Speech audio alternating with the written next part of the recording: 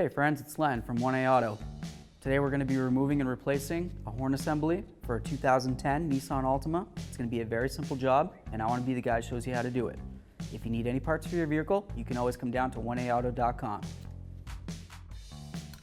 Alright, so we're going to start removing this bumper cover. It's going to be very simple. I'm going to guide you through it. We're going to start at the top since we're already still on the ground. We're going to remove a couple of these pins right here, here, here, here, here, and here. And then we'll continue on to the next steps. You'll need a couple basic tools. You might need all or any of these tools, but here we go. Start with the little forky looking one. Stick it under here, pry it up.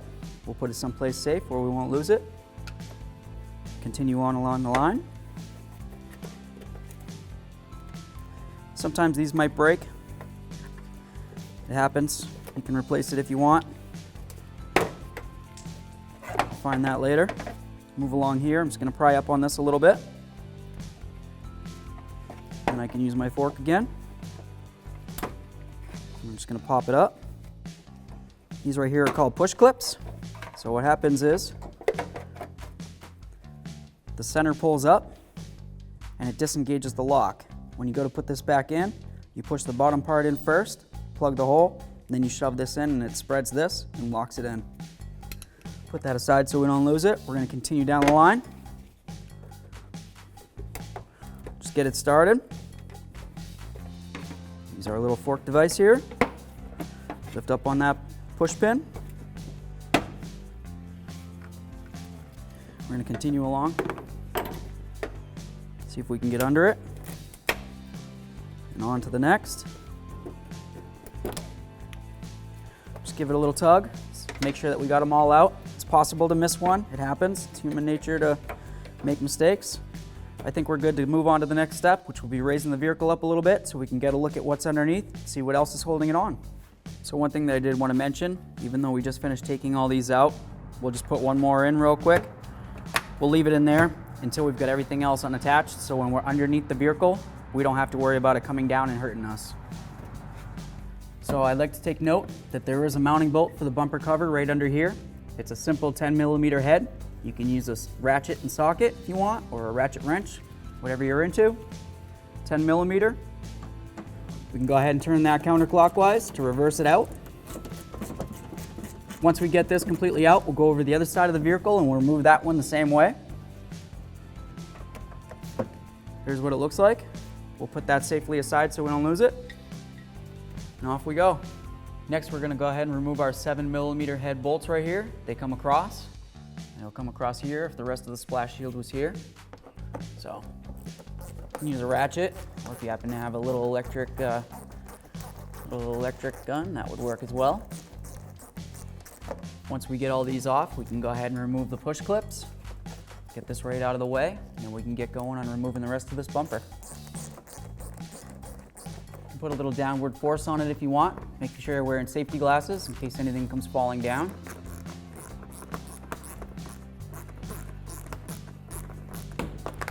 There we are. Something fell down.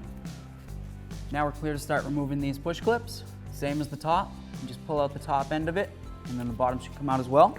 You can use our screwdrivers that we were using before. Want to find the little divot. Want to get it pried up a little bit so we can grab it with our other tool there. So we can continue with our little hook tool if we want, or we can go ahead and use some cutters. You might find it easier to just grab onto it with some cutters and pull it out. Grab on, you don't need to squeeze too hard, we're not trying to cut it, just break it free. Making sure you hold the splash shield so it doesn't fall down and hit you in the face. We're going to do the same for the other one. Come over and grab it with our cutters, nice and light. Break it free. Separated, that's okay. I'm just going to pull down. Now we're clear to put these back together and we'll set them aside so we don't lose them. Now we're going to take our Phillips head screwdriver, or whatever you might have, but it's a Phillips head on this. We're going to reverse all these bolts out, or screws. It's going to come right along here. We don't need to worry about those, but right here, right here, right here. And then it should come free. And then we'll go back up top and we'll dislodge it and it should come right off. Last one. These removed. We're just gonna give it a little shake. Okay. We don't want to take it completely off. All right, now we're clear to get back up to the top. We'll take out that one last pin that I showed you leaving in, and this should come right off. So we're back up top to our last pin that we pressed in there. We're gonna do just like we did before. We're gonna break it free. Right like that. At this point, once we get this out, the bumper cover might come loose, so you wanna make sure you have it secured. Just lift this up and out. We'll put it over here. Grab onto it. Should come free. Now we've successfully removed our bumper cover. Okay friends, now that we're in here, we're gonna go ahead and take out this 13mm head bolt. So we can use our 13mm socket and a ratchet if you have access to that. Remove that fully. Once it feels like it's getting towards the end, you can remove your ratchet. Should be able to do it by hand, hopefully. We can't.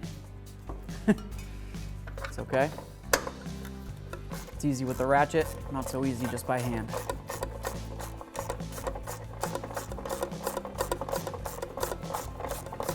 Come on.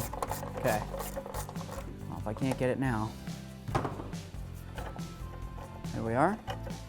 Now we can remove this. You'll notice there's 2 wires. These are very simple. They're 1-wire systems. You can just pop it off. Pop the other one off. And here we have our horn assembly. All right, friends. So now, assuming we're going to be replacing one horn and not... All right, friends. So now, assuming we're going to be replacing one horn and not the pair, we're going to go ahead and show you how to take these off. It's going to be very simple. You'll see that this side shows that it's the low side. This side doesn't show that it's the high, but you can put 2 and 2 together on that. If we were going to be taking these off and then putting them back on for some reason, we can mark it. You could use a little crayon, lipstick, whatever you got, nail polish. It's easy to remember. If you want to give it a little spray, it's always helpful. And try to hold this sturdy. We're going to be using a 10mm socket, 6-point. See if we can get it on there. Try to break it free.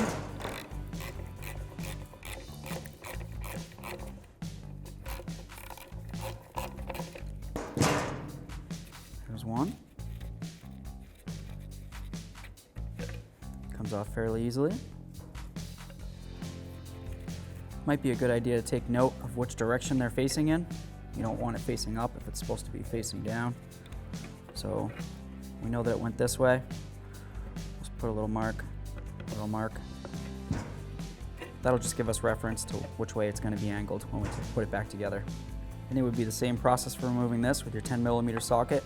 Break it free, take it off, and that'll be how you'd remove and then replace these.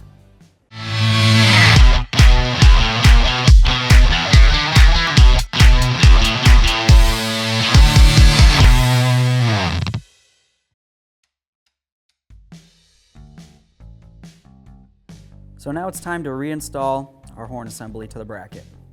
We marked where it's going to line up. It's going to be very simple. We're going to take our 10mm head nut, put it right on here, hand tighten it on, and then we can go ahead and tighten it on with our ratchet or wrench, whatever you have access to. It's your preference. It doesn't need to be super tight. Give it a little snug. Now we have our horn assembly all set for reinstallation. Now it's time for reinstalling our horn assembly. It's going to be very simple. We're going to line up this little piton right here with the slot that we have right next to the bowl hole. It'll be simple. Just line it up. If you wanted to, while it's apart, you can hook back up your wires. We couldn't do that, so we can see it actually. Grab our bottom one. You can't really mix them up because the top one's not going to reach the bottom one when it comes to get it all together.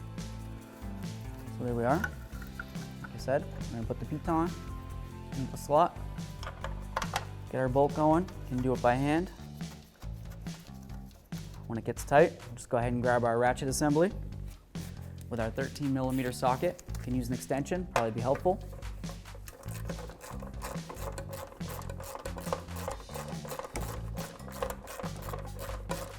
This is very easy for me because I have the bumper assembly off.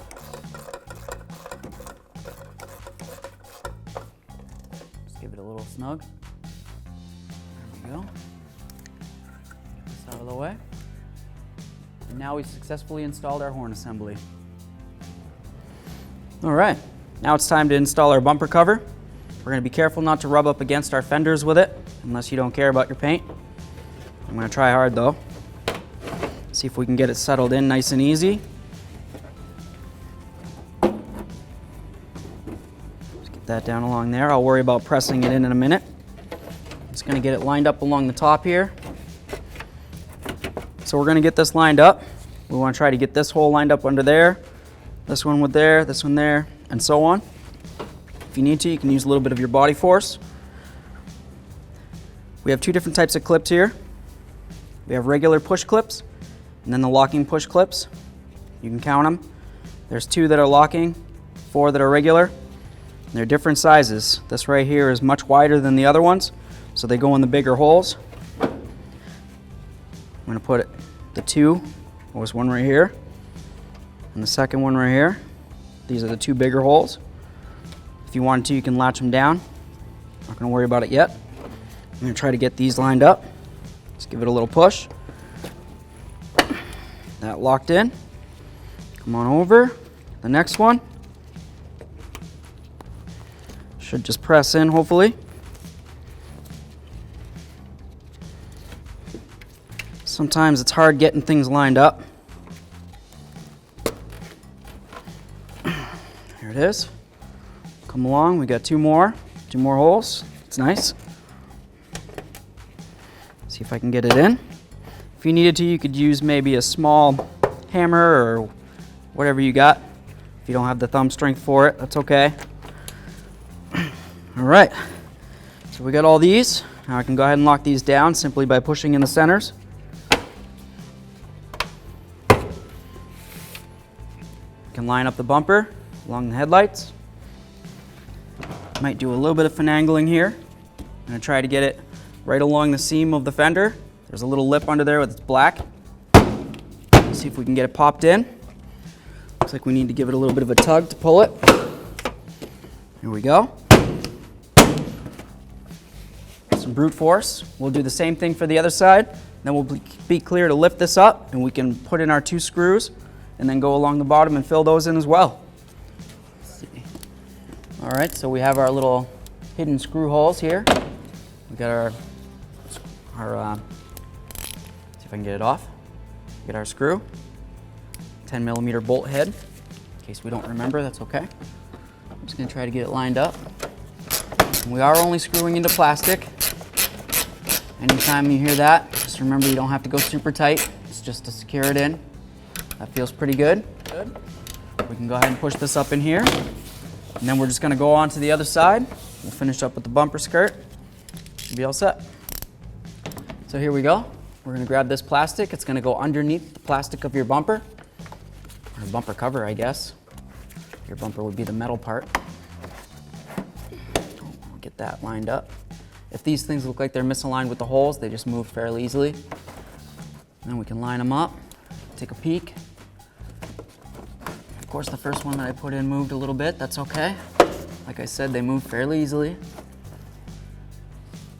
That looks good now. Okay. Take our 3 Phillips heads on our screwdriver.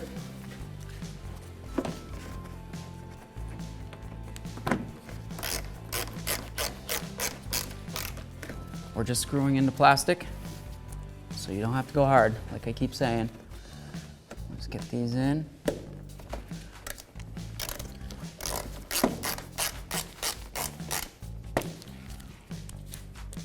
Come down the line.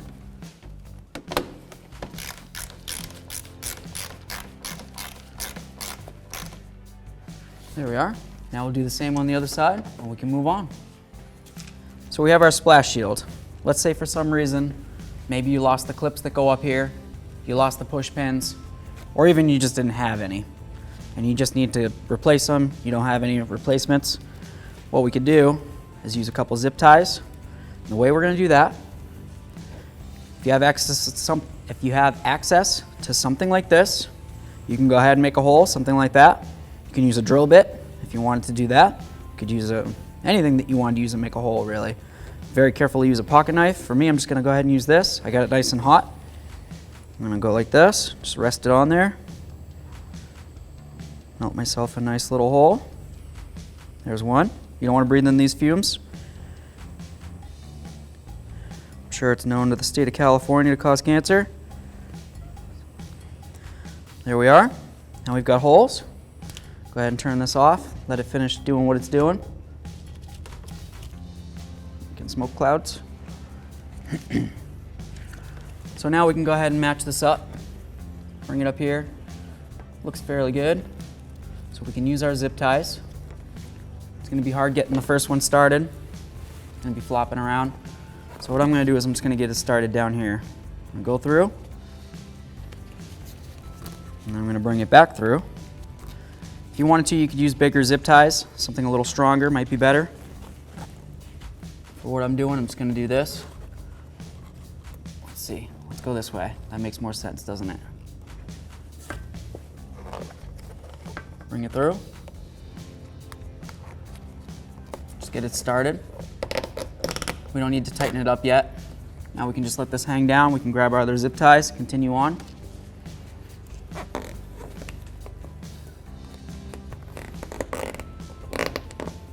I'm going to leave them loose until we get in our push pins.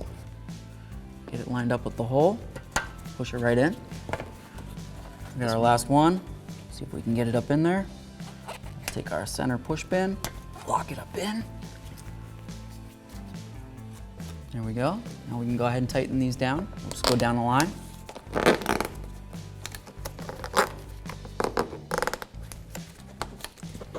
You can leave them down if you like that.